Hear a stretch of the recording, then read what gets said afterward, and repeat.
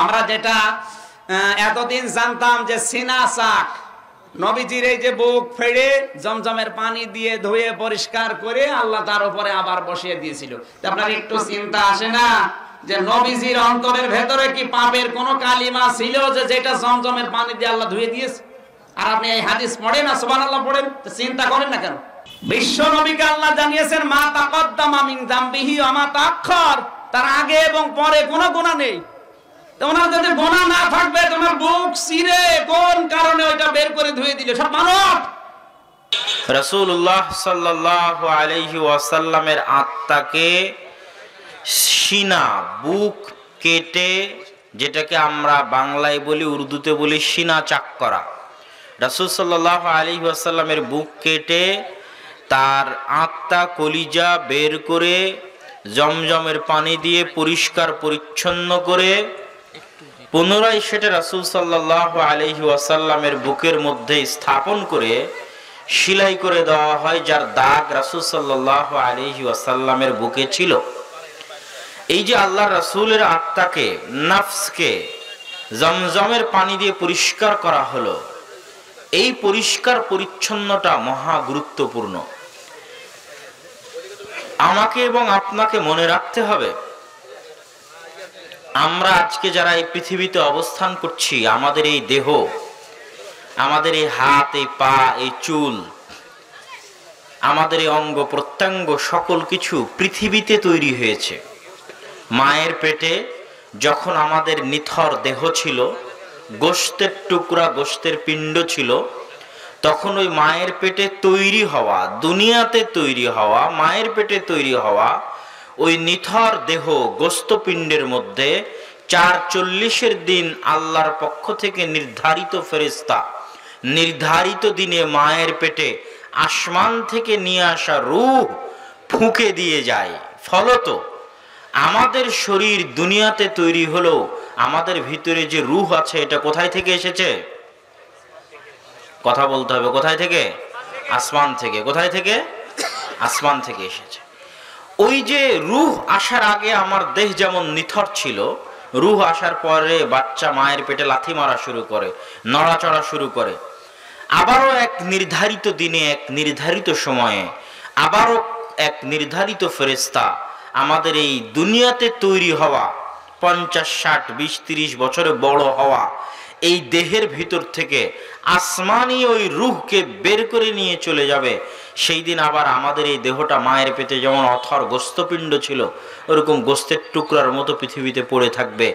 তো এই সংক্ষিপ্ত কথায় যেটা বুঝাতে চাচ্ছি সেটা হচ্ছে, আত্মা যেটা, রূহ যেটা, নফস যেটা, এটা পৃথিবীতে তৈরি হয়নি। পৃথিবীতে তৈরি হয়নি। কোথায় থেকে এসেছে?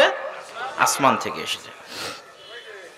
দ্বিতীয় পয়েন্ট, আল্লাহ সুবহানাহু তাআলা এই পৃথিবীকে যেইভাবে ডেভেলপ করেছেন, পৃথিবীর সিস্টেমকে যেইভাবে সাজিয়েছেন, মানুষ যেমন সফটওয়্যার তৈরি করে, গেম তৈরি করে, আল্লাহ সুবহানাহু তাআলা এই পৃথিবীর সিস্টেম যেভাবে সাজিয়েছেন, তাতে আল্লাহ সুবহানাহু তাআলা মানুষের এই অন্তরকে, মানুষের এই নফসকে পথভ্রষ্ট করার জন্য আগে থেকেই শয়তান প্রস্তুত করে রেখেছেন, ইবলিস এবং তার বিশাল বাহিনী। আর এই ইবলিস এবং বিশাল বাহিনীকে আল্লাহ ক্ষমতা দিয়েছেন যে তারা আমাদের এই নফসকে কন্ট্রোল করতে পারবে। আল্লাযী ইউওয়াসওয়িসু ফি সুদুরিন নাস, সবার মুখস্থ আছে সূরা নাসের মধ্যে। ওই শয়তান থেকে পরিত্রাণ চাই, যেই শয়তান মানুষের অন্তরে, মানুষের হৃদয়ে, মানুষের নফসে ওয়াসওয়াসা দিতে পারে। আমি আপনাকে যদি কোনো কথা বলতে চাই, কানে কানে বলতে হবে। আমার এই ক্ষমতা নাই যে ডাইরেক্ট আপনার অন্তরের মধ্যে একটা কথা দিয়ে দিব, এই পাওয়ার আমার নাই, আমার স্ত্রীর নাই, আমার ছেলের নাই, আমার মেয়ের নাই, আমার বাপের নাই, আমার মায়ের নাই। এই ক্ষমতা পৃথিবীর কারো নাই যে আমার অন্তরে আপনি একটা কথা দিবেন অথবা আমি আপনার অন্তরে দিব, পসিবল নয়। হয় আমাকে কলমে লিখে আপনাকে চিঠি লিখতে হবে, না হয় টেক্সট করতে হবে, না হয় মুখে বলতে হবে, যেটা কান দিয়ে ব্রেন দিয়ে ভিতরে প্রবেশ করবে। আর আল্লাহ শয়তানকে এই ক্ষমতা, এই পাওয়ার দিয়েছে যে শয়তান আমাদের নফসকে কন্ট্রোল করতে পারে। তাহলে পৃথিবীর শুরুতেই, মানব সৃষ্টির শুরুতেই যে নফস নিয়ে আমরা পৃথিবীতে জীবন যাপন করছি, এই নফসের উপর কন্ট্রোল করার ক্ষমতা আল্লাহ কাকে দিয়েছে? শয়তানকে দিয়েছে। এর অসংখ্য অগণিত দলিল আছে। কেন আমাদের আত্মাকে পরিশুদ্ধ করতে হবে তার প্রয়োজনীয়তা বলতে গিয়ে আগের ভূমিকা স্বরূপ বলে নিচ্ছে। তো অসংখ্য অগণিত দলিল আছে যে শয়তান আমাদের নফসকে কন্ট্রোল করতে পারে। দলিল, রাসূলুল্লাহ সাল্লাল্লাহু আলাইহি ওয়াসাল্লাম বলেছেন, মা মিন মাউলুদিন ইল্লা ইয়ামাসসুহু শাইতান। এমন কোন আদম সন্তান পৃথিবীতে জন্ম নেয়নি যে আদম সন্তানের জন্মের পরে শয়তান তার গায়ে হাত লাগায়নি। হাত্তা ইয়াস্তাহিল্লা সারিখা। শয়তান যখন আদম সন্তানের জন্মের পরে তার গায়ে হাত লাগায়, তখন ওই ছোট বাচ্চা চিৎকার করে কেঁদে ওঠে। এবং শয়তানের এই হাত লাগানো কৃত্রিম নয়, প্রকৃত, সত্যি, রিয়ালি। শয়তান আদম সন্তান জন্মের পরে তার গায়ে হাত লাগায়, তখন ওই আদম সন্তান চিৎকার করে কেঁদে ওঠে শয়তানের স্পর্শে। রাসূলুল্লাহ সাল্লাল্লাহু আলাইহি ওয়াসাল্লাম বলছেন, ইল্লা মারিয়াম ওয়া ইবনুহু ঈসা। তবে মারিয়াম এবং তার সন্তান ঈসা আলাইহিস সালাতু ওয়াস সালামের জন্মের পরে শয়তান তাদের গায়ে স্পর্শ করেনি। মারিয়াম এবং ঈসা ব্যতীত পৃথিবীর প্রত্যেক মানুষ, সৎ, পরহেজগার, আল্লাহওয়ালা, নবী রাসূল, সকলের জন্মের পরে শয়তান তাদের গায়ে স্পর্শ করেছে। এটা হচ্ছে মানুষের সাথে শয়তানের চিরন্তন সম্পর্কের প্রমাণ আল্লাহ রাসূলের পক্ষ থেকে। 2, রাসূলুল্লাহ সাল্লাল্লাহু আলাইহি ওয়াসাল্লাম বলছেন, এমন কোন আদম সন্তান নেই ইল্লা ওয়ালাহু কারিনান, যেই প্রত্যেক আদম সন্তানের 2 জন করে বন্ধু আছে। কারিনুম মিনাল মালাইকা ওয়া কারিনুম মিনাশ শাইতান। একটা বন্ধু হচ্ছে ফেরেশতা বন্ধু, আর একটা বন্ধু হচ্ছে শয়তান বন্ধু। যত খারাপ কাজের কথা অন্তরে জাগ্রত হয়, প্রত্যেকটা খারাপ কাজ শয়তান আমাদের অন্তরে দেয়। শয়তানের অস্তিত্ব এতটা বাস্তব, এতটা বাস্তব, এতটা বাস্তব যে রাসূলুল্লাহ সাল্লাল্লাহু আলাইহি ওয়াসাল্লাম উদাহরণ দিতে গিয়ে বলছেন, যখন কোনো মানুষ ফজরে ঘুম থেকে উঠার চেষ্টা করে, তখন শয়তান তার কাঁধের কাছে গিয়ে 3টা গিট দেয়, গিরহ দেয়, দিয়ে তাকে বলে, নাম নাম নাম, ঘুমাও ঘুমাও ঘুমাও, ইন্নাল লাইলা লাতাবিল, নিশ্চয় রাত এখনো অনেক লম্বা, এত তাড়াতাড়ি উঠার কি প্রয়োজন আছে।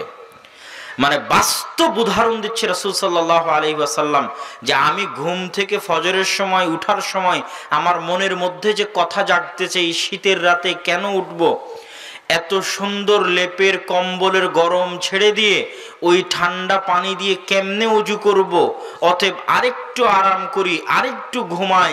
আমার মনের মধ্যেই যে কথাটা জাগতেছে, এটা আমার কথা নয়, এটা কার কথা? একটু জোরে বলেন, কার কথা? কে বলছে? রাসূল সাল্লাল্লাহু আলাইহি ওয়াসাল্লাম। কিন্তু আমি কি মনে করি, আমার কথা। আমি হয়তো আমার আরামের জন্য, আমার শান্তির জন্য, আমার বিনোদনের জন্য ঘুমাচ্ছি। ঠিক প্রত্যেকটা পাপ কাজ একই অবস্থা।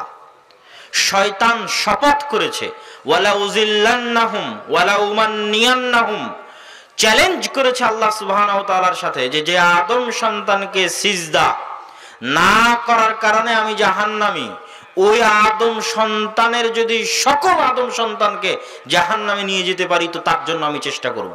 এটা আমার যুদ্ধ, এটা আমার চ্যালেঞ্জ।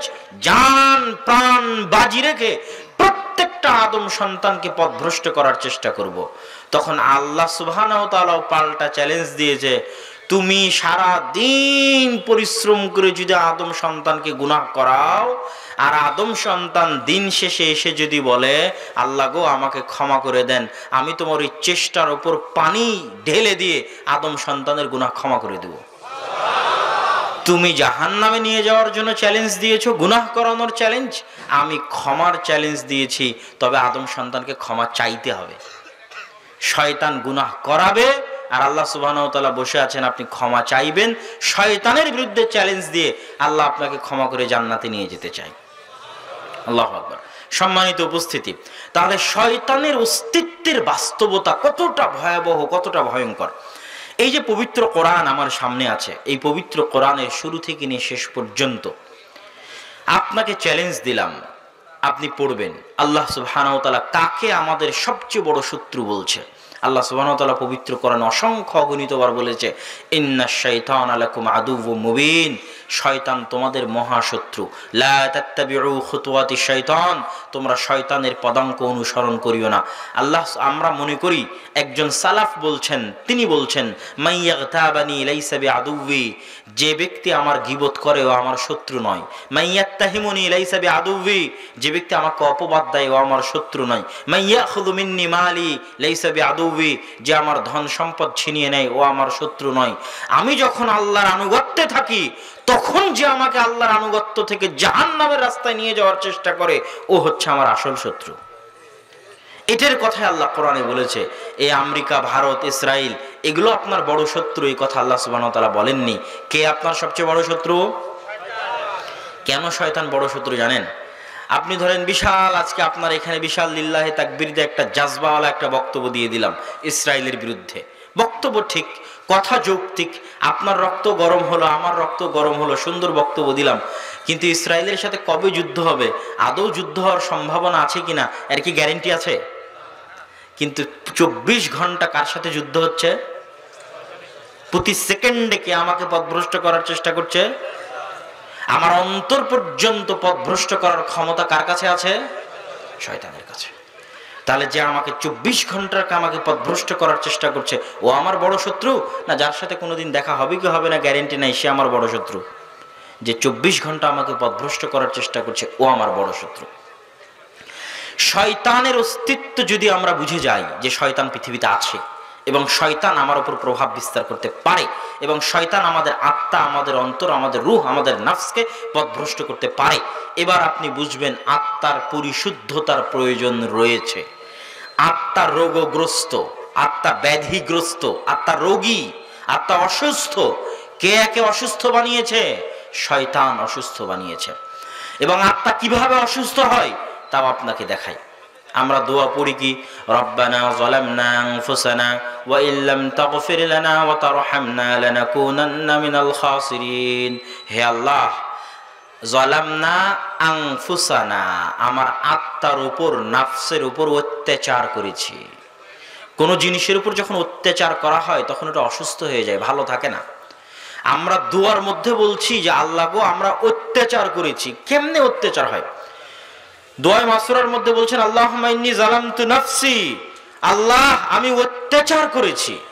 আমরা আমাদের নাফস, আত্মার উপর অত্যাচার করেছি। কেমনে আপনি আপনার আত্মা এবং নাফসের উপর অত্যাচার করলেন? দেখেন রাসূলুল্লাহ সাল্লাল্লাহু আলাইহি ওয়াসাল্লাম এই অত্যাচারের ধরন বর্ণনা করেছেন যে কিভাবে আমরা নাফসের উপর অত্যাচার করি। তিনি বলেন, ইন্নাল আবদা ইযা আখতা খাতিআতান, যখন কোনো বান্দা একটা গুনাহ করে, নুকিতাত ফি কলবিহি নুকতাতান সাউদা, তখন তার হৃদয়ের উপর একটা কালো দাগ পড়ে যায়। জালামনা, অত্যাচার হচ্ছে অন্ধকার, জুলম অন্ধকার, জুলমা অন্ধকার, কালো অন্ধকার, অত্যাচার অন্ধকার। যখন মানুষ কোনো গুনাহ করে তখন তার হৃদয়ের উপর একটা কালো দাগ পড়ে যায়। ফাস্তাগফারা ওয়া তাবা, যদি তওবা করে, ইস্তেগফার করে, অন্তর আগের অবস্থায় ফিরে যায়। আর যদি তওবা ইস্তেগফার না করে তাহলে কালো দাগ বাড়তে বাড়তে বাড়তে বাড়তে পবিত্র কোরআনে আল্লাহ সুবহানাহু ওয়া তাআলা বলেছেন, কাল্লা বাল রানা আলা কুলুবিহিম খাতামাল্লাহু আলা কুলুবিহিম, কালো কুচকুচে হয়ে আল্লাহ সুবহানাহু ওয়া তাআলার পক্ষ থেকে মোহর মারা হয়ে যায়। একদম নিষিদ্ধ যে সেখানে কোনো দিনের কথা, হকের কথা প্রবেশ করবে এরকম কোনো সুযোগ থাকে না, রাস্তা বন্ধ হয়ে যায়। এই কথা রাসূলুল্লাহ সাল্লাল্লাহু আলাইহি ওয়াসাল্লাম বলেছেন। এইভাবে প্রত্যেকটা কালো দাগ এই হৃদয়ের উপর একটা অত্যাচার। সম্মানিত উপস্থিতি, আত্মার বিশুদ্ধতার যে গুরুত্ব আছে, প্রয়োজনীয়তা আছে, এ কথা স্বয়ং রাসূল বলেছেন, এ কথা স্বয়ং আল্লাহ সুবহানাহু ওয়া তাআলা বলেছেন। দলিল আল্লাহ সুবহানাহু ওয়া তাআলা পবিত্র কোরআন মাজিদে বলছেন, ক্বাদ আফলাহা মান তাযাক্কা, ওই ব্যক্তি সফল কাম যে তার আত্মাকে পরিশুদ্ধ করলো। ওই ব্যক্তি সফল কাম যে তার আত্মাকে পরিশুদ্ধ করলো। ইয়াউমা লা ইয়ানফাউ মালুন ওয়ালা বানুন, যেই দিন মানুষের ধন সম্পদ কোনো কাজে আসবে না, যেই দিন মানুষের সন্তান সন্ততি কোনো কাজে আসবে না, ওই দিন একমাত্র কাজে আসবে ইল্লা মান আতা বিকলবিন সালিম, যে পরিচ্ছন্ন পরিষ্কার আত্মা নিয়ে কিয়ামতের মাঠে উপস্থিত হবে, বিশুদ্ধ আত্মা নিয়ে কিয়ামতের মাঠে উপস্থিত হবে। একমাত্র বিশুদ্ধ পরিচ্ছন্ন আত্মাই কিয়ামতের মাঠে মানুষের কাজ দিতে পারে, মানুষের উপকার করতে পারে। রাসূলুল্লাহ সাল্লাল্লাহু আলাইহি ওয়াসাল্লাম বলছেন, আলা ইন্না ফিল জাসাদি মুদগাতুন, শুনে রাখো হে দুনিয়ার মানুষ, এই পুরো শরীরটা যদি একটা সেনাবাহিনী হয়, এই হাত একটা সেনা সদস্য, এই হাত একটা সেনা সদস্য, চোখ একটা সদস্য, নাক একটা সদস্য, কান একটা সদস্য, এগুলো যদি বিশাল সেনাবাহিনীর এক একটা সদস্য হয়, তাহলে এদের প্রধান সেনাপতি হচ্ছে তোমাদের বুকের ভিতরে থাকা একটা গোস্তপিণ্ড। ফাইন সালুহাত সালুহা সাইরুল জাসাদ, যদি এই গোস্তপিণ্ডটা সৎ হয়ে যায়, পরিষ্কার পরিচ্ছন্ন হয়ে যায়, তাহলে বাকি যে সদস্য আছে এরাও ঠিক হয়ে যাবে। আর এটা যদি কলুষিত হয়, নোংরা হয়, অপরিষ্কার অপরিচ্ছন্ন ময়লা হয়ে যায়, তাহলে বাকি অঙ্গ প্রত্যঙ্গ কোনোদিন ঠিক থাকতে পারবে না। কেননা বাকি অঙ্গ প্রত্যঙ্গ এই হৃদয়ের কথাই চলে, এর আদেশে চলে, এর অনুসরণে চলে।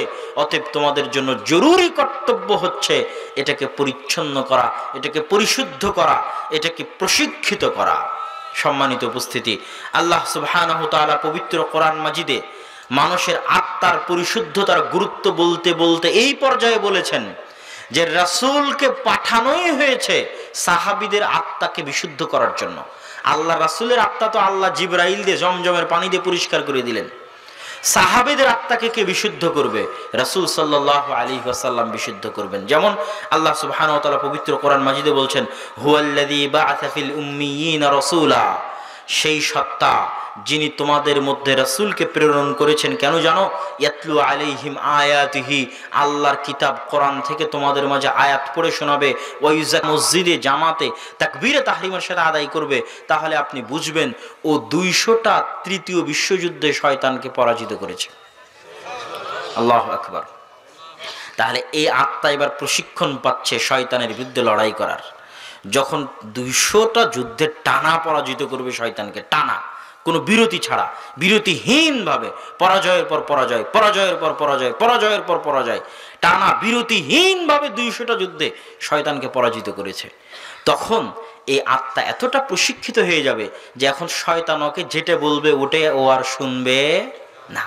ওর নিজে নিজে ডিসিশন নেওয়ার বা আমার এবং আপনার নিজেদের আত্মার উপর কন্ট্রোল ক্ষমতা থাকবে যে না এটা করা যাবে না, এটা করব। এখন তো কোনো কন্ট্রোল ক্ষমতা নাই, শয়তান যা বলছে তাই করছে। যখন যেটা শয়তান করতে বলছে সেটাই করছে। উই হ্যাভ নো কন্ট্রোল পাওয়ার, আমাদের কোনো কন্ট্রোল ক্ষমতা নাই আমাদের নিজের নফসের উপর, নিজেদের আত্মার উপর। যখন খাবার দেখছি পেট ভরে খেয়ে নিতে হবে, বাস, কোনো কন্ট্রোল নাই। যখন দেখছি মোবাইলে একটা অশ্লীল ছবি আসতেছে ওটা দেখে শেষ করে দিতে হবে, কোনো কন্ট্রোল নাই। যখন দেখতেছি এখানে হারাম টাকা পাওয়া যাচ্ছে ইনকাম করে নিতে হবে, কোনো কন্ট্রোল নাই। যখন দেখতেছি এখানে বিড়ি সিগারেট আছে খাইয়ে ফেলে দিতে হবে, কোনো কন্ট্রোল নাই। যখন দেখতেছি এখানে একটা মেয়ের মোবাইল নাম্বার পাওয়া যাচ্ছে ফোন দিয়ে গল্প করতে হবে, কোনো কন্ট্রোল নাই। তাহলে প্রত্যেকটা পদক্ষেপে শয়তান আমাকে যে অর্ডার দিচ্ছে আমি বিনা দ্বিধায় বিনা চিন্তায় শয়তানের রাস্তায় চলতেই আছি। আর শয়তান ততক্ষণ পর্যন্ত আরামে চালাতেই পারবে যতক্ষণ আপনি আত্মাকে কোনো কাজ না দিবেন। তাহলে আপনি যে গুনাহের সাথেই থাকেন, পৃথিবীর যত বড় গুনাহের সাথে থাকেন, আপনার সবচেয়ে বড় পথ হচ্ছে ওই গুনাহ থেকে বাঁচার। সেটা হচ্ছে গুনাহগুলো হচ্ছে কেন? আপনার আত্মার উপর কোনো কন্ট্রোল ক্ষমতা নেই। এই জন্য কন্ট্রোল ক্ষমতা নাই কেন? আত্মা কোনোদিন শয়তানের বিরুদ্ধে একটা যুদ্ধ জয়লাভ করেনি, তো কি কন্ট্রোল ক্ষমতা থাকবে? তাহলে আত্মাকে জয়লাভ করাতে হবে কি? গুনাহ থেকে বিরত থাকার মাধ্যমে না, ওটা পরে। আগে কাজ কর, তারপরে গুনাহ থেকে বিরত থাকা অনেক পরে, আগে তুই কর কাজ। কোনো কাজই তো নাই, কি করবে? তো একটাই কাজ আল্লাহ সুবহানাহু ওয়া তাআলা এই জন্য দিয়েছে, সেটা যে 5 ওয়াক্ত সালাত। এইটা একটা কাজ, এইটা যদি করার মধ্যে কেউ থাকে তাহলে আত্মাকেও আদেশ মানাতে পারতেছে, ইউ হ্যাভ ডু, এই আত্মা এটা করতে হবে। কিন্তু এখন ফজরের নামাজ পড়তে হবে, এখন জোহরের নামাজ পড়তে হবে, এই যে অর্ডার, ও আপনার অর্ডার মানতেছে, আস্তে আস্তে ওকে আপনি কাজ করাচ্ছেন। এইভাবে যখন সালাতের মধ্যে আপনি পাবন্ধ হয়ে যাবেন এবং অন্তত প্রথম ধাপ কমপ্লিট করবেন 40 দিনের, তখন আপনি আসলে শয়তানের যে কন্ট্রোল ক্ষমতা আপনার আত্মার উপর আছে এটা অনেকটা কমে যাবে এবং আপনার নিজের কন্ট্রোল ক্ষমতা আপনার আত্মার উপর বাড়বে। আল্লাহ সুবহানাহু ওয়া তাআলা আমাদের তৌফিক দান করুক, আল্লাহুম্মা আমিন। সম্মানিত উপস্থিতি, এবার তৃতীয় পদ্ধতি, আত্মাকে প্রশিক্ষিত করার, প্রশিক্ষণ দেওয়ার, পরিশুদ্ধ করার তৃতীয় কাজ বলার আগে মাঝখানে আরেকটা কথা বলিনি, যে ইসলামে যত হুকুম আহকাম আছে সব হুকুম আহকাম দিন শেষে আত্মাকে পরিশুদ্ধ রাখার জন্যই। সব হুকুম আহকামই দিন শেষে আত্মাকে ক্লিন রাখার জন্য। যেমন সিয়াম, রমজান মাসের রোজা, এটা একটা প্রশিক্ষণ। না খেয়ে থাকতে হবে, গুনাহ বিরত থাকতে হবে, এটা একটা প্রশিক্ষণ। আত্মাকে কন্ট্রোল করা, যে না খাওয়া যাবে না, না গুনাহ করা যাবে না, কেন আমি রমজান মাসে আছি, এটা একটা প্রশিক্ষণ, অন কাইন্ড অফ প্র্যাকটিস, যে আপনি আত্মাকে কন্ট্রোল করা শিখতেছেন। এরকম প্রত্যেকটা জায়গায় যেমন আমাদের অন্তরের অসংখ্য ব্যাধি আছে, খালি যেগুলোই ব্যাধি তা নয়, লোভ লালসা ব্যাধি, কৃপণতা ব্যাধি, জাকাত দিতে হবে। যখন জোরপূর্বক আপনার কাছ থেকে টাকা বের হয়ে গেল, আস্তে আস্তে আপনি উদার হওয়া শিখবেন, কৃপণতা থেকে বের হবেন, লোভ লালসা থেকে বের হবেন, আপনার আত্মা পরিষ্কার হবে। জাকাতের ক্ষেত্রে আল্লাহ বলেছে মানুষের আত্মা পরিষ্কার করার জন্য জাকাত দিতে হবে। তারপরে চক্ষু নিচু রাখার ক্ষেত্রে আল্লাহ সুবহানাহু ওয়া তাআলা বলেছেন আত্মা পরিষ্কার রাখার জন্য চক্ষু নিচু রাখতে হবে। ওগুলো বিষয় আমি বিস্তারিত বলবো। তো তৃতীয় পদ্ধতি বলার আগে মাঝখানে যেটা বললাম, ইসলামের যত হুকুম আহকাম আছে সবগুলোর মূল উদ্দেশ্য হচ্ছে আমাদের নফস যেন ক্লিন এবং পরিষ্কার থাকে। তৃতীয় যে কাজ দিয়ে আমরা আমাদের আত্মাকে প্রশিক্ষিত করতে পারবো, পরিশুদ্ধ করতে পারবো, শয়তানের বিরুদ্ধে লড়াই করতে পারবো, সেটা হচ্ছে, এইটা জানার আগে আরেকটা জিনিস আমাদের জানতে হবে, শয়তান কোন কোন মাধ্যম দিয়ে সবচেয়ে বেশি আমাদের আত্মাকে পরাস্ত করে। এক, আমাদের চোখ দিয়ে সবচেয়ে বেশি পরাস্ত করে আমাদের আত্মাকে। দুই, আমাদের জিহ্বা দিয়ে আমাদের আত্মাকে সবচেয়ে বেশি পরাস্ত করে। তিন, আমাদের কান দিয়ে আমাদের আত্মাকে সবচেয়ে বেশি পরাস্ত করে। এগুলো প্রত্যেকটা ডাইরেক্ট কানেকশন আছে রুহের সাথে। তার মধ্যে সবচেয়ে বড়টা হচ্ছে জিহ্বা। কত হাদিস নেবেন জিহ্বার ওপর। শাইখ আব্দুর রাজ্জাক বিন ইউসুফের কোনো একটা বক্তব্য যদি শুনেন জিহ্বার ওপর, অসংখ্য হাদিস পাবেন। রাসূলুল্লাহ সাল্লাল্লাহু আলাইহি সাল্লাম বলছেন, তোমরা যত আমল করো না কেন ইসলামের, সব আমলের রাজা হচ্ছে এই জিহ্বা। এটাকে যদি কন্ট্রোলে রাখতে পারো তাহলে সবকিছু ঠিক আছে, না হলে কিছুই নাই। তাহলে এই জিহ্বা এটা হচ্ছে শয়তানের একটা অস্ত্র, যেটা দিয়ে শয়তান আমাদের রুহের উপর অ্যাটাক করতে পারে। কিভাবে? আমি মুখ দিয়ে আউল ফাউল বলবো, গীবত করব, তোহমত দেব, অপবাদ দেব, গল্প গুজব করব, প্রত্যেকটা কথাই লেখা হচ্ছে কোন কথার কারণে যে জাহান্নামে চলে যাব। সবচেয়ে সহজ যে মাধ্যমে শয়তান আমাকে জাহান্নামে নিয়ে যেতে পারে, এটা জিহ্বা। যেহেতু জিহ্বার উপর আমাদের কন্ট্রোল ক্ষমতা সবচেয়ে কম, আর এটাকে আমরা সবচেয়ে হালকা মনে করি, সবচেয়ে পাতলা মনে করি। মা বোনেরা এক জায়গায় বসলেই শুরু হয়ে গেল, উইদাউট এনি কন্ট্রোল জিহ্বা চলতেছে। আমরা এক জায়গায় গাড়িতে উঠলে শুরু হয়ে গেল, উইদাউট এনি কন্ট্রোল জিহ্বা চলতেছে।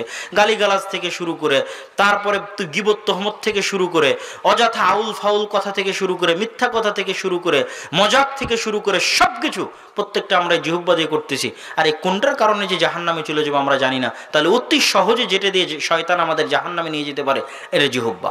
তাহলে এই জিহ্বার বিপরীত যেটা, সেটা হচ্ছে তৃতীয় কাজ, যেটা দিয়ে আমরা শয়তানের বিরুদ্ধে আত্মাকে পরিশুদ্ধ রাখবো, সেটা হচ্ছে আল্লাহর জিকির। সেটা কি? আল্লাহর জিকির। লিসানুন যাকির, যেই জিহ্বা আউল ফাউল বকে না, গীবত তোহমত করে না, অযথা পেঁচাল পারে না, গল্প গুজব করে না, আড্ডা পিটে না, লিসানুন যাকির, বরং প্রতি পদক্ষেপে, প্রতি ধাপে ধাপে যেই জিহ্বা কার নাম উচ্চারণ করে? আল্লাহর নাম উচ্চারণ করে। তাহলে প্রতি ধাপে ধাপে আল্লাহর নাম উচ্চারণ করার বিরুদ্ধে শয়তানের কি সম্পর্ক? আশ্চর্য হবেন। রাসূলুল্লাহ সাল্লাল্লাহু আলাইহি ওয়াসাল্লাম যত দোয়া দিয়েছেন, প্রত্যেকটা দোয়াকে উনি শয়তানের সাথে রিলেট, কানেক্টেড করেছেন, প্রত্যেকটা দোয়া। আমি আপনাকে একটা একটা করে উদাহরণ দিই। রাসূলুল্লাহ সাল্লাল্লাহু আলাইহি সাল্লাম বলছেন, ইযা দাখালা আহাদুকুম ফি বাইতি, যখন তোমাদের কেউ বাড়িতে প্রবেশ করে তখন যেন বলে আসসালামু আলাইকুম। আসসালাম আল্লাহর নাম। যদি আসসালামু আলাইকুম বলে, বাড়ি থেকে শয়তান পালাবে। যদি আসসালামু আলাইকুম না বলে, শয়তান বলবে বাড়ি তোমাদের থাকার জায়গা, খাওয়ার জায়গা। তাহলে সালাম দেওয়ার সাথে কাকে সম্পৃক্ত করলেন আল্লাহ রাসূল? কাকে সম্পৃক্ত করলেন? শয়তান। এটা একটা ধাপ, বাড়িতে প্রবেশ করা আমার জীবনের একটা ধাপ। ওটার মধ্যে আল্লাহর জিকির সংযুক্ত করা হয়েছে। আসসালামু আলাইকুম বলার সাথে শয়তানের সম্পর্ক, কেননা শয়তান আমাদের রূহ, নফস, আমাদের আত্মা কন্ট্রোল করতে পারে। ইযা আকালা আহাদুকুম আলা মাযকুর ইসমাল্লাহ, যখন তোমাদের কেউ খায় যদি বিসমিল্লাহ বলে শয়তান খাবে না, যদি বিসমিল্লাহ না বলে ওর সাথে শয়তান খাবে। তাহলে খাওয়া এটা আমাদের জীবনের একটা কাজ, একটা ধাপ।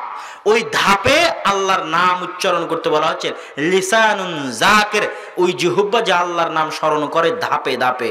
আল্লাহর নাম স্মরণ করাকে কার সাথে সম্পৃক্ত করা হলো? শয়তানের সাথে। টয়লেটে প্রবেশ করবে আল্লাহুম্মা ইন্নী আউযু বিকা মিনাল খুবসি ওয়াল খাবাইস, কার থেকে বাঁচতে? শয়তান থেকে বাঁচতে। স্ত্রীর সাথে যাচ্ছে সাংসারিক জীবনে দোয়া পড়বে বিসমিল্লাহি আল্লাহুম্মা জান্নিবনা শাইতান ওয়া জান্নিবিশ শাইতানা মা রাযাকতানা, কার থেকে বাঁচতে? শয়তান থেকে বাঁচতে। যেন পেটে যে সন্তান আসবে সেটাকে যেন শয়তান ক্ষতিগ্রস্ত করতে না পারে। সন্তানকে কোলে নিবে, কোলে নিয়ে কি দোয়া পড়বে? আউযু বিকালিমাতিল্লাহি তাম্মা মিন কুল্লি শাইতান ওয়া হাম্মা ওয়া মিন কুল্লি আইনিন লাম্মা, কার থেকে বাঁচতে? ওই ছোট বাচ্চাকে কার থেকে বাঁচাতে? শয়তান থেকে বাঁচাতে। কত নিবেন? ইসলামের প্রত্যেকটা ধাপে ধাপে যে দোয়া শেখানো হয়েছে, প্রত্যেকটা দোয়া কার থেকে বাঁচতে শেখানো হয়েছে?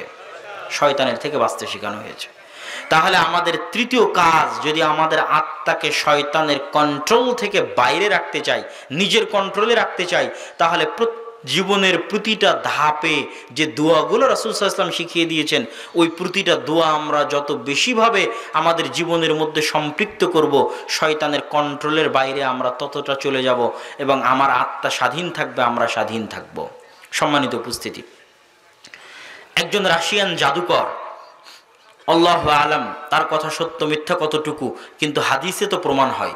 একজন রাশিয়ান জাদুকরের একটা ভিডিওতে সে বলছে যে যখন আমরা কোনো জাদু করি তখন যেই সমস্ত মুসলমানেরা 5 ওয়াক্ত সালাত আদায় করে এবং এই যে প্রতি ধাপে ধাপে জিকির করতে অভ্যস্ত, আল্লাহর নাম উচ্চারণ করতে অভ্যস্ত, এদের শরীরের চারি সাইডে এমন একটা অদৃশ্য অবয়ব, এমন একটা অদৃশ্য দুর্গ, এমন একটা অদৃশ্য পাহারা, যে কোনো জাদু, কোনো বদনজর, কোনো শয়তানের আক্রমণ, কোনো কিছুই ওটা ভেদ করে ভিতরে প্রবেশ করতে পারে না।